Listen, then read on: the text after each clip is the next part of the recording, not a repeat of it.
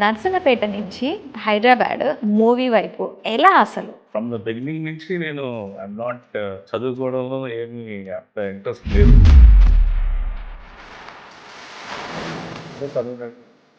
తీసుకెళ్ళి హైదరాబాద్ మొదలు పడేది.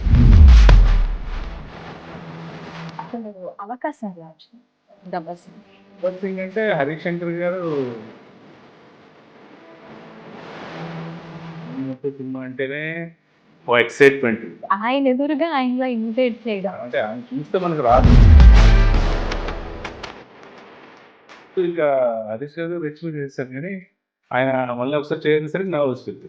Gabbar Singh shooting, total shooting లో మీకు బాగా గుర్తుండిపోయే బాగా ఎంజాయ్ చేసింది, సార్ కూడా ఎంజాయ్ చేసింది, మేము ఎంజాయ్ చేసింది ఆ లైవ్ స్మైల్ సార్ షూట్ లో. నమస్తే, వెల్కమ్ టు ఐడ్రమ్. నేను మీ మాధురి. గబ్బర్ సింగ్ రిలీజ్ అవుతున్న సంగతి అందరికీ తెలిసిందే. అయితే ఆ సినిమా ద్వారా చాలా మంది ఆర్టిస్టులకి గుర్తింపు వచ్చింది. మరి ఆ సినిమా నుంచి బెస్ట్ కమీడియన్గా అవార్డు తీసుకున్న ప్రభాస్ సీన్ గారు మనతో పాటు ఉన్నారు.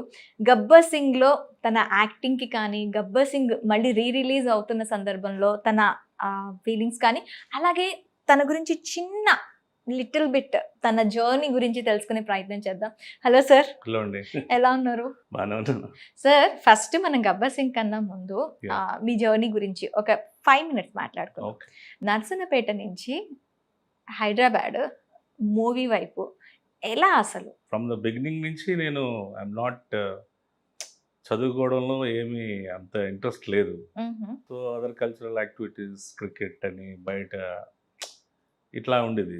మై ఫాదర్ ఏంటంటే నన్ను ఎలాగైనా డాక్టర్ని చేద్దాం ఉండేది అంబిషన్. Wow, doctor Yeah. కాబోయే యాక్టర్ అయిన Ah. ప్రభాస్ సీన్ గారు. ఓకే. సో అప్పుడు ఇంకా ఎప్పుడు మనం ఏది 7th పాస్ అయ్యాను, 10th పాస్ అయిన తర్వాత ఇంటర్ ఫెయిల్ అయ్యాను. ఓకే. డిగ్రీ అనేది లేదు, పాలిటెక్నిక్ జాయిన్ అయ్యాను, discontinued. Polytechnic A group sir? Electronics and communications. Electronics లేదు కానీ ఇప్పుడు కమ్యూనికేషన్లో ఉన్నాను. ఓకే. సో అక్కడ అది కట్. సో ఎక్కడ? శ్రీకాకుళం గవర్నమెంట్ పాలిటెక్నిక్ ఏనా? కాదు Gudivada polytechnic. Gudivada. Yeah. Okay. Okay. So అక్కడి నుంచి ఇంకా మా ఫాదరు శరత్ బాబు గారు friends, childhood friends. So daddy ఎప్పుడు చెప్తుంటారు, డాడీ చదవట్లేదు పాపం, వాడి గురించి టెన్షన్గా ఉందంటే, ఎందుకు మరి ఎలాగ చదవడాడు, తీసుకెళ్ళి హైదరాబాద్ మధు ఇన్స్టిట్యూట్లో పడేయాడికి అని చెప్తే అప్పుడు నాకు మధు ఇన్స్టిట్యూట్లో మా నాన్నగారికి జాయిన్ చేశారు.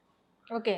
ఫస్ట్లో నాకు అది ఇంటెన్షన్, కాదు, చాలా రేర్ కదా పేరెంట్స్ తీసుకొచ్చి మూవీ ఇండస్ట్రీలో జాయిన్ చేయటం. మరి అంత ఫస్ట్లో కోరుకొండ సైనిక్ స్కూల్ జాయిన్ చేశారు. ఓకే. సో అక్కడ ఫెయిల్ అయ్యాను, సెలెక్ట్ అయ్యాను కానీ సమ్ మెడికల్ దీంట్లో పోయింది. ఓకే. సో అక్కడి నుంచి ఏపీఆర్ చేసి, అక్కడి నుంచి పాలిటెక్నిక్. సార్, చదవట్లేదు అని చెప్పి ఏపీఆర్ చేసి కోరుకొండ స్కూల్ ఎప్పటికైనా ఎన్ని చేస్తే అట్లీస్ట్ చదువుతాడని ఆశ ఉండేది మా నాన్నగారికి. ఓకే. సో చదువు అనేది కోరుకొండ హై స్కూల్ అనేది నాట్ ఏ నార్మల్ థింగ్ కాదు. కాదు. చాలా కష్టపడాలి కోరుకొండ స్కూల్ కి వెళ్ళాలన్నా. ఏపీఆర్ చేసేకైనా కూడా టఫ్. మీరు పాలిటెక్నిక్ అనగానే మీరు చదవనంటున్నారు, పాలిటెక్నిక్ లో సీట్ అప్పట్లో ఇలా వడపోతూ ఉండేది. పాలిటెక్నిక్ కూడా నేను ఎందుకు 4 years కంటిన్యూ చేశానంటే, దట్ ఈస్ ద అక్కడ ఆటోమొబైల్, సివిల్ అండ్ మెకానికల్ ఉండేది. సో ఎలక్ట్రానిక్స్ ఫస్ట్ అన్నమాట అక్కడ, ఆ బ్రాంచే ఫస్ట్. సో ఫ్యాకల్టీ ఉండేది కాదు. సో 2 periods మార్నింగ్ జరిగేవి, తర్వాత మిగిలినంతా వెళ్ళిపోయేవాళ్ళం. సో అదేదో బాగుందని చెప్పి 4 years కంటిన్యూ చేస్తాం. ఓకే. బట్ సర్టిఫికేట్ అయితే రాలా. ఆఫ్టర్ దట్ హైదరాబాద్ లో ఆఫ్టర్ దట్ మధు ఇన్స్టిట్యూట్లో 1 year ట్రైనింగ్ తీసుకున్నాక, సో అప్పటికి ఆఫర్స్ రాకపోతే వైజాగ్ సత్యానంద్ గారి దగ్గర యాక్టింగ్ ట్రైనింగ్ జాయిన్ అయ్యాను. ఓకే. అప్పుడు కొంచెం సీరియస్నెస్ పెరిగింది కెరియర్ మీద. కెరీర్ మీద, యాక్టింగ్ మీద. Acting మీద, అంతే. okay. కెరీర్ అప్పటికే మనకు తెలియదు కదా, బ్లైండ్, అప్పుడు ఏం తెలియదు. సో డే బై డే గ్రాడ్యువల్గా 1 by 1 అట్లాగా ఇప్పుడు ఈ రోజు మీతో ఇంటర్వ్యూ మాట్లాడే స్టేజ్కి వచ్చాం. శ్రీకాకుళం నుంచి ఒక శ్రీకాకుళం అనగానే ఒక చిక్కోల్ టు సికింద్రాబాద్. సికింద్రాబాద్. మీకు ఎలా అనిపిస్తూ ఉంటుంది ఒక్కసారి అప్పటి లైఫ్ ని ఇప్పుడుని ఒక్కసారి బేరేజ్ వేసుకుంటే మీకు ఎలా అనిపిస్తుంది? అంటే ఇప్పుడు మనం వేసుకోగలుగుతున్నాం కానీ అప్పుడు మనకేం తెలియదు కదండి. మనం ఏం మనం ఏమవుతాం మనకు తెలీదు. ఏదో హోప్, ఏదో ఎక్కడికైనా వెళ్ళాలి, ఏదో చేయాలి, డాన్స్ అంటే డాన్స్ వేసేయాలి, ఏదో నలుగురిలో ఒకరుగా మనం ఏదైనా ఐడెంటిఫికేషన్ తెచ్చుకోవాలనే ఇది ఉండేది. దట్ లీడ్స్ ఇక్కడికే తీసుకొచ్చింది నేను అనుకుంటున్నా. ఓకే. అయితే గబ్బర్ సింగ్ సినిమా అసలు అవకాశం ఎలా వచ్చింది గబ్బర్ సింగ్ కి? గబ్బర్ సింగ్ అంటే హరీష్ శంకర్ గారు నాకు ఈ సినిమా ఆఫర్ లైఫ్ ఇచ్చారండి. యాక్చువల్గా నా గురువు గారుగా ఆయనే నాకు ఈ సినిమా లైఫ్ ఇచ్చారు. యాక్చువల్లీ అంత సీరియస్గా నేను ట్రై చేయట్లేదు అప్పుడు, అటు వరకు ఇటు వర్క్లో ఉన్నా.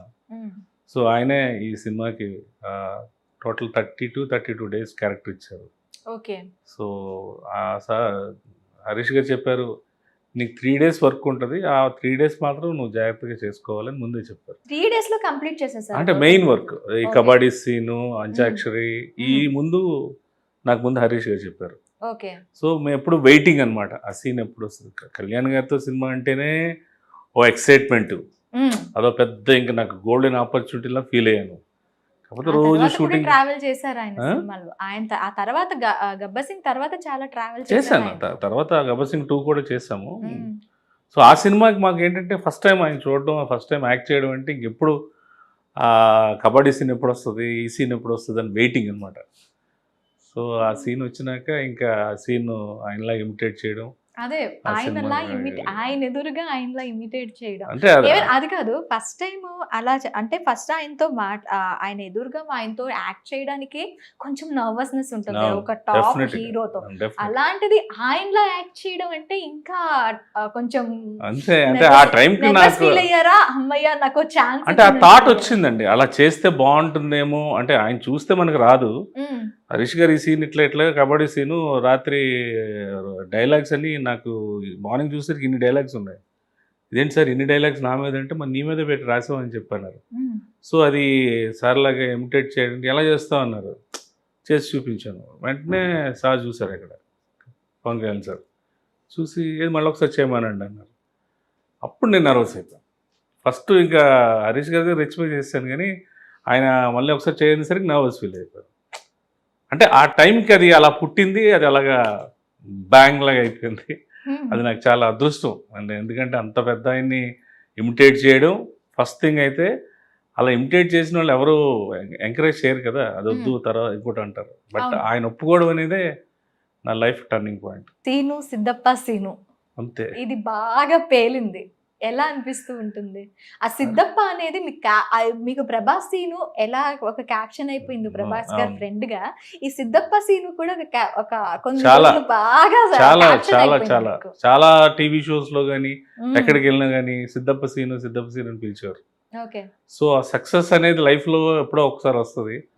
అది ఇలాంటి సినిమా సక్సెస్ ని ఇంకా మేము అప్పుడు సినిమా రిలీజ్ అప్పుడు ఇక్కడ లేని మలేషియాలో ఉన్నాను, నాకు ప్రాపర్ కమ్యూనికేషన్ లేదు. అందరు చెప్తుంటే నాకు ఎక్సైట్మెంట్ ఆగేది కాదు, కానీ అక్కడ 10 days షూటింగ్ ఉంది. ఇక్కడ అందరూ ఇంకా ఎంజాయ్ చేస్తున్నారు, థియేటర్లో వెళ్ళి చూసి ఎంజాయ్ చేద్దాం అనుకున్నాను, కానీ ఆ ఎక్సైట్మెంట్ వేరే లెవెల్. అయితే ఈ సినిమాలో మీకు వేరే క్యారెక్టర్ అనుకున్నారంట, నిజమేనా? లేదండి, ఇదే క్యారెక్టర్. ఇదే క్యారెక్టర్ ఓకే. ఈ సినిమాకే మీకు మీ టోటల్ కెరియర్ లో తీసుకున్నట్లయితే బెస్ట్ కమేడియన్ గా మీకు అవార్డు వచ్చింది టోటల్ కెరియర్ లో. మీకు ఈ అంటే ప్రత్యేకించి దాని గురించి చెప్పాలి అంటే ఏం చెప్తారు? సైమా అవార్డు వచ్చిందండి నాకు. ఆ టైంలో నామినీస్ గా బ్రహ్మానందం గారు కూడా ఉన్నారు. సో నేను ఇంకా ఆయన ఉన్నాక ఇంకా మనకెందుకు ఇస్తారని నేను డిసైడ్ అయిపోయా. బట్ ఒక నైట్ ఫోన్ వచ్చి SIIMA award best comedian award year నీకే వచ్చిందంటే ఇంకా ఐఎమ్ వెరీ హ్యాపీ. నేను వెళ్ళలేదు, కానీ శృతి హాసన్ గారు తీసుకున్నారు అవార్డు. అంటే అందరూ అక్కడ తీసుకోవటం వేరు, శృతి హాసన్ గారి చేతి మీద తీసుకోవటం గ్రేట్. సైమాకి వెళ్ళి తీసుకోవటం అదొక ఎక్సైట్మెంట్. అసలు ఇండస్ట్రీకి నిజంగా యాక్టర్ అవ్వాలని వచ్చారా, లేకపోతే ఇంకేదైనా గోల్ సెట్ చేసుకుందాం అన్నది ఇంట్లో అప్పుడు జాయిన్ అయ్యారా? లేదండి, యాక్టర్ అని కాదు, అంటే యాక్టర్ అనే వచ్చాను. బికాజ్ నేను కొంచెం డాన్స్ మధు ఇన్స్టిట్యూట్లో శ్రీధర్ రెడ్డి గారి దగ్గర డాన్స్ చేసుకునేవాళ్ళం. సో డాన్స్ కూడా చేస్తారా? డాన్స్ చేస్తాను. ఆయనతో వెళ్ళి కొరియోగ్రాఫ్ చేద్దామా అదొకటి అనుకున్నా. ఏది స్టాండర్డ్ థింకింగ్స్ లేవు, ఇటు వెళ్తాటు అటు వెళ్తాటు అంతే తప్ప పర్టికులర్ గా నేను ఇది ఇలా అవ్వాలనేది నాకు ఎప్పుడు గోల్ లేదండి. అయితే Gabbar Singh shooting total shooting లో మీకు బాగా గుర్తుండిపోయే సీన్ కానీ అక్కడ మీరు ఎంజాయ్ చేసే మూమెంట్ కానీ అంటే మీరు ఏం చెప్తారు? నేనైతే బాగా ఎంజాయ్ చేసింది, సార్ కూడా ఎంజాయ్ చేసింది, మేము ఎంజాయ్ చేసింది ఆ live smile sir షూట్లో.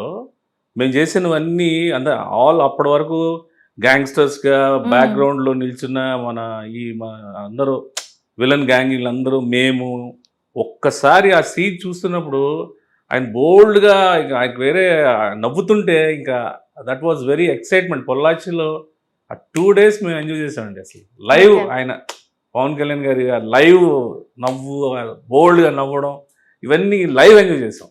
That is the greatest feeling నాకైతే ఆ షూట్లో. మీకు గబ్బర్ సింగ్ అనగానే ఏం గుర్తొస్తుందో తెలియదు కానీ ఆడియన్స్ కి మాత్రం జైల్లోని కూర్చొని అంత్యాక్షరి సీన్ అవును. చాలా చాలా మొత్తం స్టోరీ ఒక ఎత్తు అయితే ఈ అంత్యాక్షరి సీన్ అనేది ఒక ఎత్తులా ఉంటుంది. అవును. టోటల్ ఆ మూవీకి ఒక ఫ్లోరింగ్ ఇచ్చిందని చెప్పుకోవచ్చు. సో ఆ సీన్ లో చేసేటప్పుడు అది ఎదురుగా ఆయన అందులో కూడా చాలా బాగా ఇదైన సీన్ అది. అవును. సో ఆయన ఎదురుగా చేస్తున్నప్పుడు ఎలా అనిపించింది ఆ సీన్ గురించి? అసలు నేను ఇట్లాగా ఆయన వేసుకున్న తుండే నాకు ఉంటుంది, గావన్స్ ఉంటుంది పింక్ది, అది వేసుకుని ఇలాగా మారుడాలా అనేసరికి సార్ అలా నవ్వేసేవారు, ఇలాగా చెయ్యి అడ్డం పెట్టుకొని నవ్వేసేవారు. ఇంకా అవన్నీ ఎలా ఉంటాయి, మన ముందు సూపర్ స్టార్ అంత పెద్ద హీరో మనం చేసేది నవ్వుతున్నారంటే స్క్రీన్ మీద పండుతుందని హ్యాపీనెస్ ఉంటుంది కదా. అవును. సో ఆయన లిటరల్ ఎంజాయ్ చేసేవారు. ఇంకా మేము కూడా 1-2 సార్లు ప్రాక్టీస్ చేసి సరదాగా. అది దాంట్లో ఏమైనా టేక్స్ తీసుకున్నారు? ఇందాక మీ యాక్టింగ్ చూసాము, సింగిల్ టేక్ లో టక్ టక్ టేక్స్ లేవండి. సింగిల్ టేక్ హరీష్ గారి దగ్గర ఎక్కువ టేక్స్ ఉండవు. లేదు అంటే పర్ఫెక్ట్ గా ప్లాన్ చేసుకుంటారు ఆయన. 1 more చాలా తక్కువ ఉంటాయి. అందులో అక్కడ అంటే అన్ని లైవ్ క్యాప్చరింగ్స్ అక్కడ. ఓకే. సార్ కూడా అప్పుడు అందరం కలిసి సార్ ఇక్కడ మీరు ఒక స్టెప్ వేస్తే బాగుంటుంది సార్ సార్ సార్ సార్ అంటే ఇంక వెంటనే ఆయన లెగిచి ఆయన కూడా ఒక రౌండ్ స్టెప్ వేస్తారు. అవును. సో ఇవన్నీ కోయిన్సిడెన్స్, సరదాగా జరిగిపోయింది షూటింగ్ అంతా. పిక్నిక్ అనుకుంటాం. అక్కడే నాకు అనిపించింది ఇట్స్ బ్యాంగ్ చేస్తుంది థియేటర్లో అని ఫిక్స్ అయిపోయాం. ఓకే. ఎందుకంటే కళ్యాణ్ గారి సినిమాలు మేము అని ఫస్ట్ డే వెళ్ళిపోతాం కదా, 10 films ని చూస్తా ఎప్పటికైనా వస్తుంది అనుకున్నప్పుడు ఇది నాకు అనిపించింది, ఇది బ్యాంగ్ అయిపోద్ది ఇండస్ట్రీ అని అనిపించింది. అదే అలాగే అయింది. సో టోటల్ గా గబ్బర్ సింగ్ గురించి చెప్పమంటే ఏం చెప్తారు? అండ్ గబ్బర్ సింగ్ అంటే ఇంకా ఆయన కళ్యాణ్ గారు అట్ ద సేమ్ టైం మళ్ళీ రీ ఎంట్రీ, సాంగ్స్ కానీ, పర్ఫార్మెన్స్ కానీ, కామెడీ కానీ, ఎంటర్టైన్మెంట్ కానీ అండ్ ఎమోషన్ కానీ అన్నీ కలిపి హ్యాపీగా సరదాగా వెళ్ళిపోయేది. ఎందుకంటే సార్ కూడా 1 more హరీష్ అని అడిగేవారు. హరీష్ కూడా కాన్ఫిడెంట్, అంటే వన్స్ మనకి స్క్రీన్ మీద తెలిసిపోదు టేక్ బాగుంటుంది సార్, థియేటర్లో క్లాస్ పడతాయి సార్ అనేవారు. ఎవ్రీ షాట్ సింగిల్ టేక్లే. అది చాలా ఎక్సైట్మెంట్ అనిపించింది. Thank you very much. Thank you so much and thank you so much.